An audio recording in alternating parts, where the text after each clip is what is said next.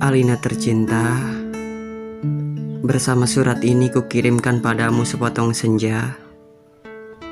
Dengan angin, debur ombak, matahari terbenam, dan cahaya keemasan. Apakah kamu menerimanya dalam keadaan lengkap? Seperti setiap senja di setiap pantai, tentu ada juga burung-burung, pasir yang basah, siluet batu karang, dan barangkali juga perahu lewat di jauhan. Maaf, aku tidak sempat menelitinya satu persatu. Mestinya ada juga lokan, batu yang berwarna-warni, dan bias cahaya cemerlang yang berkeretap pada buih yang bagaikan impian, selalu saja membuat aku mengangankan segala hal yang paling mungkin kulakukan bersamamu. Meski aku tahu, semua itu akan tetap tinggal sebagai kemungkinan yang entah kapan menjadi kenyataan. Kukirimkan sepotong senja ini untukmu, Alina, dalam amplop yang tertutup rapat dari jauh, karena aku ingin memberikan sesuatu yang lebih dari sekedar kata-kata. Sudah terlalu banyak kata di dunia ini, Alina, dan kata-kata ternyata tidak mengubah apa-apa. Aku tidak akan menambah kata-kata yang sudah tak terhitung jumlahnya dalam sejarah kebudayaan manusia, Alina. Untuk apa? Kata-kata tidak ada gunanya dan selalu sia-sia. Lagi pula, siapakah yang masih sudi mendengarnya? Di dunia ini semua orang sibuk berkata-kata, tanpa peduli apakah ada orang lain yang mendengarnya. Bahkan mereka juga tidak peduli dengan kata-katanya sendiri. Sebuah dunia yang sudah kelebihan kata-kata tanpa makna. Kata-kata sudah luber dan tidak dibutuhkan lagi. Setiap kata bisa diganti artinya. Setiap arti bisa diubah maknanya. Itulah dunia kita, Alina. Kukirimkan sepotong senja untukmu, Alina, bukan kata-kata cinta. Kukirimkan padamu sepotong senja yang lembut dengan langit yang kemerah-merahan, yang nyata, dan betul-betul ada dalam keadaan yang sama seperti ketika aku mengambilnya saat matahari hampir tenggelam ke balik cakrawala. Alina yang manis, Alina yang sendu, akan kuceritakan padamu bagaimana aku mendapatkan senja itu untukmu. Sore itu, aku duduk seorang diri di tepi pantai, memandang dunia yang terdiri dari waktu, memandang bagaimana ruang dan waktu bersekutu, menjelmakan alam itu untuk mataku. Di tepi pantai, di tepi bumi, semesta adalah sapuan warna keemasan, dan lautan adalah cairan logam. Meski buih pada debur ombak yang menghempas itu tetap saja putih, seperti kapas, dan langit tetap saja ungu, dan angin tetap saja lembab, dan basah, dan pasir tetap saja hangat ketika kususupkan kakiku ke dalamnya. Kemudian tiba-tiba senja dan cahaya bergemetar. Keindahan berkutat melawan waktu, dan aku tiba-tiba teringat padamu. Barangkali senja ini bagus untukmu, pikirku. Maka kupotong senja itu sebelum terlambat. Kukerat pada 4 sisi, lantas kumasukkan ke dalam saku. Dengan begitu, keindahan itu bisa abadi, dan aku bisa memberikannya padamu.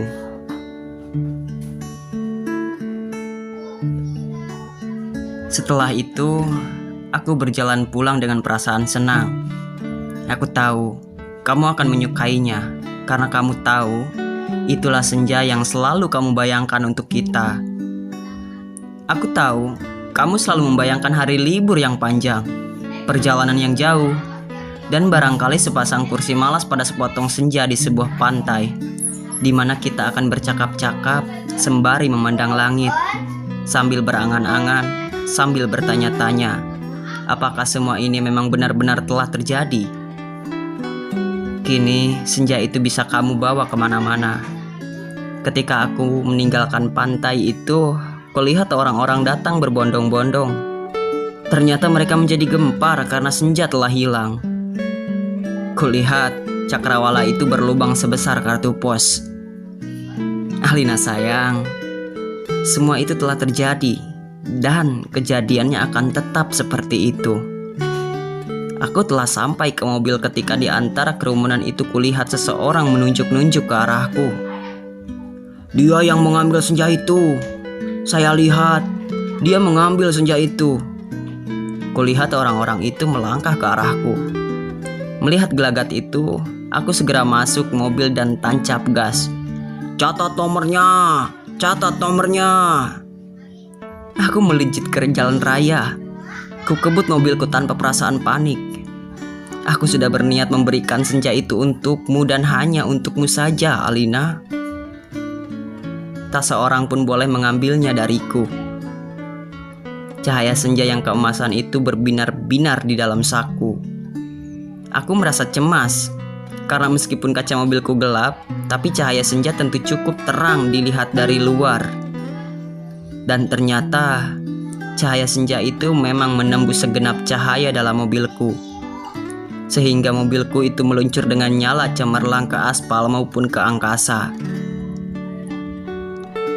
Dari radio yang kusetel, aku tahu berita tentang hilangnya senja telah tersebar kemana-mana.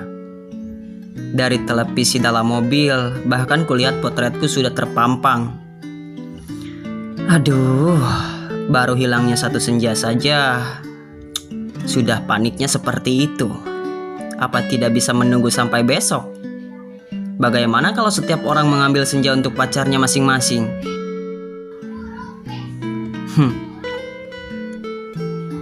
Barangkali memang sudah waktunya dibuat senja tiruan yang bisa dijual di toko-toko, dikemas dalam kantong plastik dan dijual di kaki lima. Sudah waktunya senja diproduksi besar-besaran supaya bisa dijual anak-anak pedagang asongan di perempatan jalan. Senja, senja, cuma 1.003. Di jalan tol, mobilku melaju masuk kota. Aku harus hati-hati karena semua orang mencariku. Sirene mobil polisi meraung-raung di mana-mana. Cahaya kota yang tetap gemilang tanpa senja membuat cahaya keemasan dari dalam mobilku tidak terlalu kentara. Lagi pula di kota, tidak semua orang peduli apakah senja hilang atau tidak. Di kota, kehidupan berjalan tanpa waktu, tidak peduli pagi, siang, sore, atau malam. Jadi tidak pernah penting senja itu ada atau hilang. Senja cuma penting untuk turis yang suka memotret matahari terbenam. Boleh jadi hanya demi alasan itulah senja yang kubawa ini dicari-cari polisi. Sirene polisi mendekat dari belakang. Dengan pengeras suara, polisi itu memberi peringatan. Pengemudi mobil Porsche abu-abu metalik nomor SG 19658A harap berhenti. Ini polisi. Anda ditahan karena dituduh telah membawa senja. Meskipun tak ada aturan yang melarangnya, tapi berdasarkan aku tidak sudi mendengarnya lebih lama lagi. Jadi kulibas dia sampai terpental keluar pagar tepi jalan, ketancap gas dan menyelip-nyelip dengan lincah di jalanan. Dalam waktu singkat, kota sudah penuh raungan sirine polisi. Terjadi kejar-kejaran seru, tapi aku lebih tahu seluk-beluk kota. Jalanan dengan cahaya yang bermain warna, gang-gang gelap yang tak pernah tercatat dalam buku alamat, lorong-lorong rahasia yang hanya diperuntukkan bagi orang-orang di bawah tanah. Satu mobil terlempar di jalan layang, satu mobil lain tersesat di sebuah kampung, dan satu mobil lagi terguling-guling menabrak truk dan meledak lantas terbakar. Masih ada 2 polisi bersepeda motor mengejarku. Ini soal kecil. Mereka tak pernah bisa mendahuluiku. Dan setelah kejar-kejaran beberapa lama, mereka kehabisan bensin dan pengendaranya cuma bisa memaki-maki. Kulihat senja dalam saku bajuku masih utuh. Angin berdesir, langit semburat ungu, debur ombak menghempas ke pantai. Hanya padamulah senja ini kuserahkan, Alina. Tapi Alina, polisi ternyata tidak sekonyol yang kusangka. Di segenap sudut kota, mereka telah siap siaga. Bahkan aku tak bisa membeli makanan untuk mengisi perutku. Bahkan di langit tanpa senja, helikopter mereka menyorotkan lampu di setiap celah gedung bertingkat. Aku tersudut dan akhirnya nyaris tertangkap. Kalau saja tidak ada gorong-gorong yang terbuka, mobilku sudah kutinggal ketika memasuki daerah kumuh itu. Aku berlari di antara gudang, rumah tua, tiang, serta temali. Terjatuh di atas sampah, merayapi tangga-tangga reot, sampai seseorang gelandangan menuntunku ke suatu tempat yang tak akan pernah kulupakan dalam hidupku. "Masuklah," katanya tenang. "Di situ kamu aman." Ia menunjuk gorong-gorong yang terbuka itu. Ada tikus keluar dari sana. Baunya bacin dan pesing. Kutengok ke bawah. Kulihat kelelawar bergantungan. Aku ragu-ragu. Namun deru helikopter dengan lampu sorotnya yang mencari-cari itu melenyapkan keraguanku. "Masuklah, kamu tidak punya pilihan lain." Dan gelandangan itu mendorongku. Aku terjerembab jatuh. Bau busuknya bukan main. Gorong-gorong itu segera tertutup dan ku dengar gelandangan itu merebahkan diri di atasnya. Lampu sorot helikopter menembus celah gorong-gorong, tapi tak cukup untuk melihatku. Kuraba senja dalam kantongku. Cahayanya yang merah keemas-emasan membuat aku bisa melihat dalam kegelapan. Aku melangkah dalam gorong-gorong yang rupanya cukup tinggi juga. Kusibakan kelelawar bergantungan yang entah mati entah hidup itu. Kulihat cahaya putih di ujung gorong-gorong. Air busuk mengalir setinggi lutut, namun makin ke dalam makin surut. Di tempat yang kering, kulihat anak-anak gelandangan duduk-duduk maupun tidur-tiduran. Mereka berserakan, memeluk rebana dengan mata yang tidak memancarkan kebahagiaan. Aku berjalan terus melangkahi mereka dan coba bertahan. Betapapun ini lebih baik daripada harus menyerahkan senja, Alina. Di ujung gorong-gorong, di tempat cahaya putih itu, ada tangga menurun ke bawah. Ku ikuti tangga itu. Cahaya semakin terang dan semakin benderang. Astaga, kamu boleh tidak percaya, Alina, tapi kamu akan terus membacanya. Tangga itu menuju ke mulut sebuah gua. Dan tahukah kamu, ketika aku keluar dari gua itu, aku ada di mana? Di tempat persis sama dengan tempat di mana aku mengambil senja itu untukmu, Alina. Sebuah pantai dengan senja yang bagus, ombak, angin, dan kepak burung. Tak lupa cahaya keemasan dan bias ungu pada mega-mega yang berarak bagaikan aliran mimpi. Cuma saja tidak ada lubang sebesar kartu pos.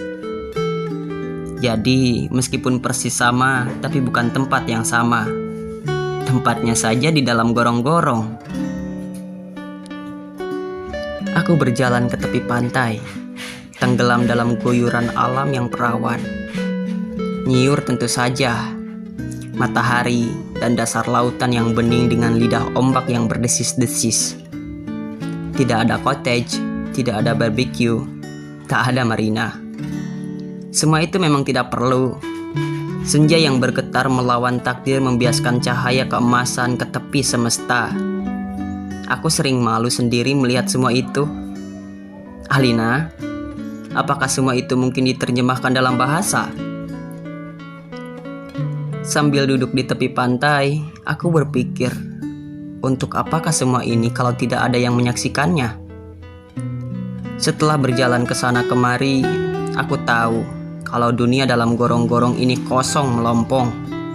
Tak ada manusia, tak ada tikus, apalagi dinosaurus. Hanya burung yang berkepak. Tapi ia sepertinya bukan burung yang bertelur dan membuat sarang. Ia hanya burung yang dihadirkan sebagai ilustrasi senja. Ia hanya burung berkepak dan berkepak terus di sana. Aku tak habis pikir, Alina. Alam seperti ini dibuat untuk apa? Untuk apa senja yang bisa membuat seseorang ingin jatuh cinta itu jika tak ada seekor dinosaurus pun menikmatinya? Sementara di atas sana, orang-orang ribut kehilangan senja. Jadi, begitulah Alina. Ku ambil juga senja itu. Ku kerat dengan pisau Swiss yang selalu ku bawa pada 4 sisinya, sehingga pada cakrawala itu terbentuk lubang sebesar kartu pos. Dengan 2 senja di saku kiri dan kanan, aku melangkah pulang. Bumi berhenti beredar di belakangku, menjadi kegelapan yang basah dan bacin. Aku mendaki tangga kembali menuju gorong-gorong bumiku yang terkasih. Sampai di atas, setelah melewati kelelawar bergantungan, anak-anak gelandangan berkaparan, dan air setinggi lutut, kulihat polisi-polisi helikopter sudah pergi. Gelandangan yang menolongku sedang tiduran di bawah tiang listrik sambil meniup saksofon. Aku berjalan mencari mobilku. Masih terparkir dengan baik di supermarket.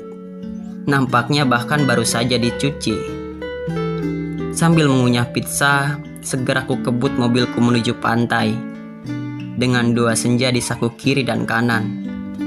Lengkap dengan matahari, laut, pantai, dan cahaya keemasan masing-masing. Mobilku bagai memancarkan cahaya ilahi. Sepanjang jalan layang, sepanjang jalan tol, ku tancap gas dengan kecepatan penuh. Alina, kekasihku, pacarku, wanitaku.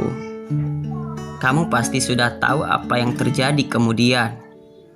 Ku pasang senja yang dari gorong-gorong pada lubang sebesar kartu pos itu, dan ternyata pas.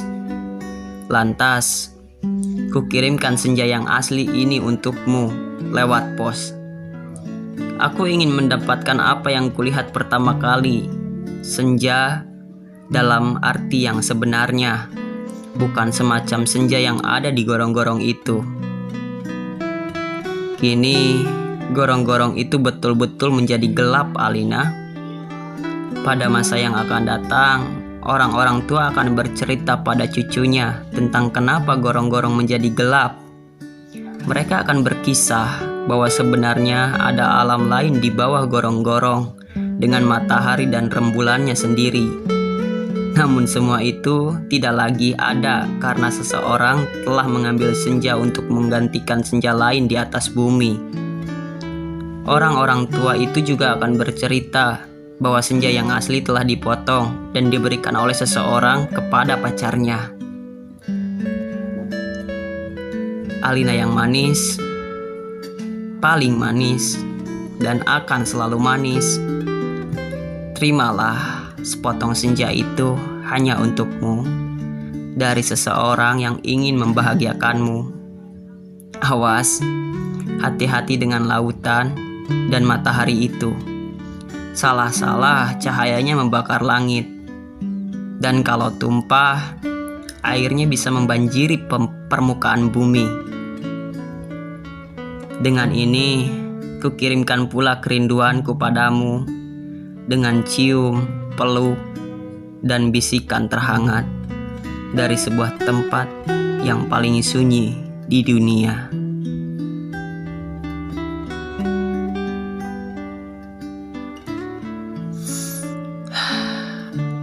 Surat cinta yang berisi potongan senja, karya Seno Gumira Aji Dharma, dibacakan kembali oleh Riyadi dengan tidak sempurna.